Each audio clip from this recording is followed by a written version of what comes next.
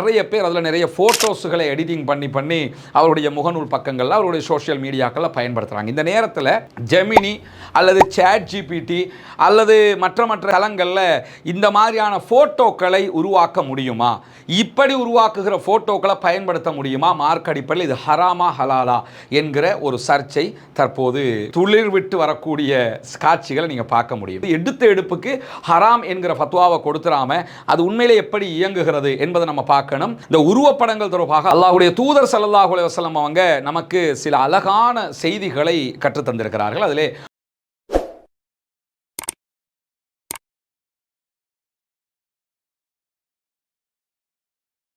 அன்பிற்கினிய சகோதர சகோதரிகளே, ஒரு முக்கியமான சர்ச்சையாக்கப்படக்கூடிய ஒரு விவகாரம் தொடர்பான மார்க்க தெளிவைத்தான் இந்த வீடியோவில் நம்ம தெரிஞ்சு கொள்ள இருக்கிறோம்.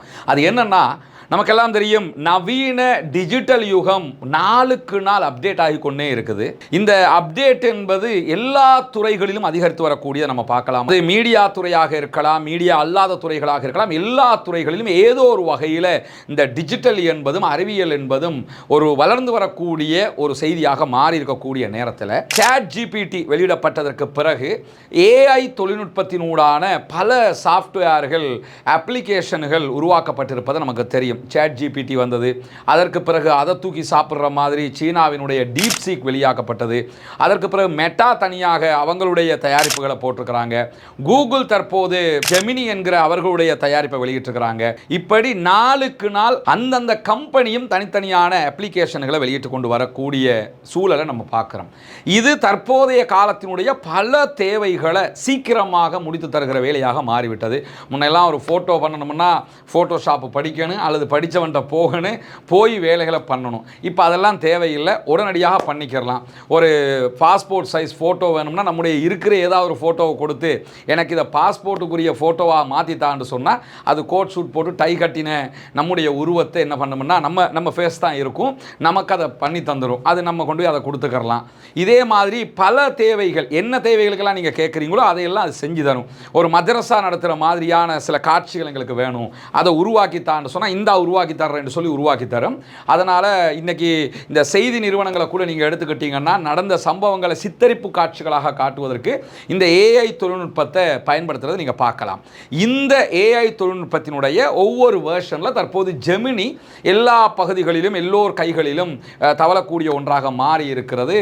அதனால் நிறைய பேர் அதில் நிறைய ஃபோட்டோஸுகளை எடிட்டிங் பண்ணி அவருடைய முகநூல் பக்கங்களில் அவருடைய சோஷியல் மீடியாக்களில் பயன்படுத்துகிறாங்க. இந்த நேரத்தில் ஜெமினி அல்லது சேட் ஜிபிடி அல்லது மற்ற தளங்களில் இந்த மாதிரியான ஃபோட்டோக்களை உருவாக்க முடியுமா, இப்படி உருவாக்குகிற ஃபோட்டோக்களை பயன்படுத்த முடியுமா, மார்க் அடிப்படையில் இது ஹராமா ஹலாலா என்கிற ஒரு சர்ச்சை தற்போது துளிர் விட்டு வரக்கூடிய காட்சிகளை நீங்கள் பார்க்க முடியும். ஒவ்வொரு காலகட்டத்திலும் இந்த மாதிரி நிறைய சர்ச்சைகள், கேமரா வந்த நேரத்திலேயே உருவாகின ஒரு சர்ச்சை இன்றைக்கும் வீடியோக்களை ஹராம் என்று சொல்லிக் கொண்டிருக்கக்கூடிய சாராரை நீங்கள் பார்க்க முடியும். உலமாக்கல்ல ஹராமாக காட்டக்கூடாத காட்சியில் காட்டினா அது ஹராம் தான், அதை யாருமே இங்கே ஹலால் என்று சொல்ல வரலை. ஆனால் இப்படி உரையாற்றுவதை கூட ஹராம் என்று சொல்லக்கூடிய பல பேரை பார்க்கலாம்.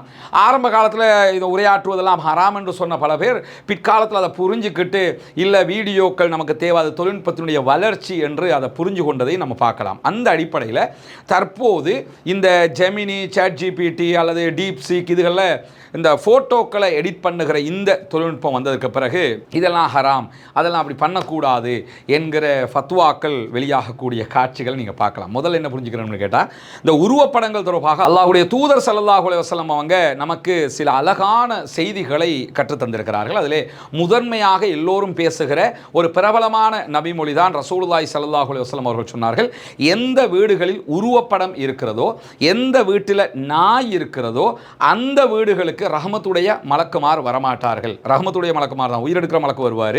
எனவே ரஹமத்துடைய மலக்குமார் வரமாட்டார்கள் என்று சொல்லுகிற செய்தி சஹீஹுல் புகாரியிலே பதிவு செய்யப்பட்டிருக்கிறது. எனவே உருவப்படத்திற்கு தடை விதிக்கிறார்கள் ரசூலுல்லாஹ், நாய்க்கு தடை விதிக்கிறார்கள். வேட்டை போன்ற தேவைகளுக்கு நாயை பயன்படுத்துவதில் மார்க்கம் அதுக்கு தனியான ஒரு அனுமதியை தருகிறது. இன்னும் ஒரு நபிமொழி, பிரபலமான நபிமொழி, நபிகள் நாயகம் ஸல்லல்லாஹு அலைஹி வஸல்லம் அவங்க ஒரு நாள் வெளியூர் பயணம் கொண்டு போயிட்டு வீட்டுக்கு வர்றாங்க. வரும்போது அவங்களுடைய வீட்டில் திரைச்சீலையாக கர்டனாக உருவப்படங்கள் சார்ந்த ஒரு கர்டன் போடப்பட்டிருக்குது. உடனே ரசூலுல்லாஹ் திரும்பி போயிட்டாங்க.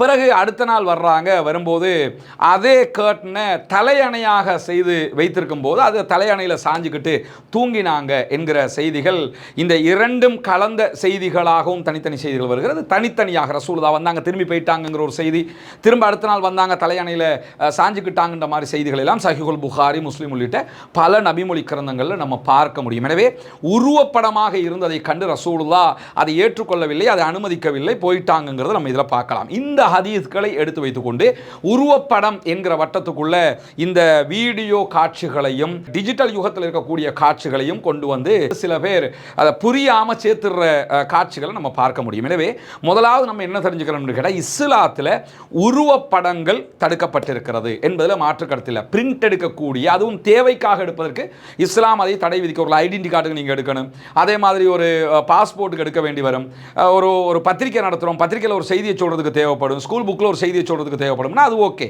தேவையில்லாமல் பிரிண்ட் எடுத்து வைக்கிறது தான் இஸ்லாம் தடுக்கிறது. அதே நேரத்தில் சிலைகளாக வடிப்பது இஸ்லாம் தடுக்கிற அதே நேரம் குழந்தைகளுக்கு பொம்மையாக விளையாடுவதற்கு இஸ்லாம் அனுமதிக்கிறது. அன்னை ஆயிஷா சித்திகா ரலியல்லாஹு அன்ஹா அவங்க விளையாடினாங்க, ரசூலுல்லாஹி ஸல்லல்லாஹு அலைஹி வஸல்லம் அவங்க அதை தடுக்கல அனுமதிச்சாங்க என்கிற செய்திகளையும் சஹீஹுல் புகாரி, முஸ்லிம் உள்ளிட்ட ஹதீஸ் கிரந்தங்களில் நம்ம பார்க்க முடிகிறது. இப்படி உருவப்படங்கள், சிலைகள் இதற்கெல்லாம் என்ன சட்டம் என்பதை இஸ்லாம் சொல்லிவிட்டது. இங்கே நம்ம என்ன பார்க்கணும்னு கேட்டால், இந்த சேட் ஜிபிடி அல்லது டீப் சீக் அல்லது ஜெமினி, அதை தாண்டி நம்ம யூஸ் பண்ணுற லேப்டாப், கம்ப்யூட்டர், டிஜிட்டல் சாதனங்கள் எதா இருந்தாலுமே இதுவெல்லாம் உருவப்படம் தானா என்பதை நம்ம முதல்ல புரிஞ்சுக்கிறோம். அது உண்மையிலே உருவப்படம் கிடையாது.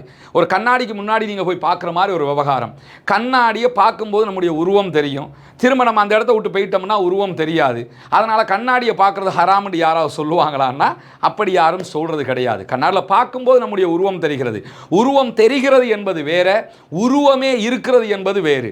இப்போ இந்த டிஜிட்டல் சாதனங்கள், செல்ஃபோன் எடுத்துக்கிட்டாலும், லேப்டாப் எடுத்துக்கிட்டாலும், தொலைக்காட்சிகள் எடுத்துக்கிட்டாலும், எதை நீங்கள் எடுத்துக்கிட்டாலும், கேமரா பண்ணப்பட்ட எந்த ஒரு ஐட்டத்தை நீங்கள் எடுத்துக்கிட்டாலும் நம்ம பார்க்கும்போது தெரியும், பார்க்காத போது அது இல்லாமல் ஆகிரும். எனவே அது ஒரு கற்பனை கலந்த ஒரு புகைப்படமே தவிர நிஜமான ஒரு புகைப்படம் கிடையாதுங்கிறத நம்ம புரிஞ்சுக்கிறணும்.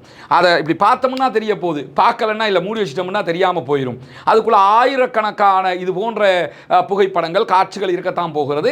அதை நம்ம பார்க்கும் போதையும் பார்க்காத போது தெரியாது எனும்போது இது புகைப்படத்தினுடைய வட்டத்துக்குள்ளேயே வரப்போகிறது கிடையாது என்பதை நம்ம புரிஞ்சுக்கிட்டோம்னாலே இந்த ஜெமினிக்கு ஹராம் ஃபத்வா கொடுக்கிறது அல்லது சேட் ஜிபிடியினுடைய எடிட்டிங் வெர்ஷனுக்கு ஹராம் ஃபத்வா கொடுக்கிறது எல்லாம் குறைந்து போய்விடும். இதில் எந்த விதமான மார்க்க முரண்பாடுகளும் கிடையாது. நம்ம ஏற்கனவே செஞ்சு வந்த காரியங்களை லேசாக்குகிற தொழில்நுட்பமாக இது இருக்கிறது. எனவே இந்த நவீன சாதனங்களை பயன்படுத்துகிற போது எடுத்த எடுப்புக்கு ஹராம் என்கிற ஃபத்வாவை கொடுத்துடாம அது உண்மையிலே எப்படி இயங்குகிறது என்பதை நம்ம பார்க்கணும். இந்த மாதிரி நம்ம சொல்ல போனோம்னா கண்ணாடி பார்க்கறதே கூடாது என்கிற ஃபத்வாவை கொடுக்கணும். வீடியோ காட்சிகள் கூடாது என்று சொல்லுகிறவர்கள் அல்லது வீடியோ கேமரா யூஸ் பண்ணக்கூடாது என்று சொல்லுகிறவர்கள், சேட் ஜிபிடி அல்லது மற்ற தடைகளை விதிக்கக்கூடிய யாருமே இந்த கண்ணாடி பார்ப்பதை தடை என்று சொல்லுவதில்லை. ஆரம்ப நாட்களில் தடை என்றவர்கள் கூட பின்னாட்களில் சரி கட்டி கொண்ட காட்சிகளை எல்லாம் நம்ம பார்த்துருக்கிறோம். எனவே சகோதரர்களே, இந்த ஜெமினியை பயன்படுத்துவதோ அல்லது புதிய நவீன டிஜிட்டலில் வரக்கூடிய இந்த சாதனங்களை பயன்படுத்துவதோ மார்க் அடிப்படையில் தடுப்பதற்கு எந்த வழிமுறைகளும் அற்ற ஒரு விவகாரம் என்பதை நாம் புரிந்து கொள்ள வேண்டும்.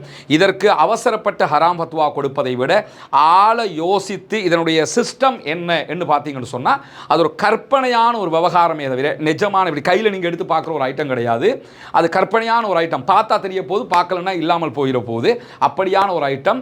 இதில் எந்த விதமான தடை செய்வதற்கான அடிப்படையும் கிடையாது, முகாந்திரமும் கிடையாது. எனவே தாராளமாக நம்ம மார்க் அடிப்படையில் இப்படியான சாஃப்ட்வேர்களை, இப்படியான நவீன டெவலப்பாக வரக்கூடியதை மார்க்கத்துக்கு உட்பட்டு ஆபாசங்கள், அசிங்கங்கள், மார்க்கம் தடுத்த விவகாரங்களை செய்யாமல் மார்க்கம் அனுமதித்த விவகாரங்களுக்கு அதை பயன்படுத்துவதற்கு தாராளமான அனுமதி உண்டு என்பதையும் இந்த வீடியோவினூடாக தெரிவித்துக் கொள்கிற அதே நேரம், இந்த கருத்துக்கு மாற்று கருத்து இருக்கக்கூடியவர்கள் தாராளமாக உங்களுடைய கருத்துக்களை முன்வைக்கலாம், உங்களுடைய வாத பிரதிவாதங்களை முன்வைக்கலாம். நான் பார்த்தது, படித்தது, புரிந்து கொண்டது ஹதீஸ்கள் அடிப்படையில் வெளிப்படையாக தெரிகிற விவகாரத்தை உங்கள் மத்தியிலே வைத்திருக்கிறேன். சரி என்கிறவர்கள் இதை ஏற்றுக்கொள்ள முடியும், பிழை காணுகிறவர்கள் இதை தூக்கி தூரமாக வச்சுக்கிட்டு நீங்கள் உங்களுடைய முடிவை தாராளமாக எடுப்பதற்கான ஜனநாயக சுதந்திரம் அத்தனை பேருக்கும் இருக்கிறது என்பதையும் தெரிவித்துக் கொண்டு முடித்துக் கொள்கிறேன். வாஹ்ர தஅவானா அல்ஹம்துலில்லாஹி ரப்பில் ஆலமீன்.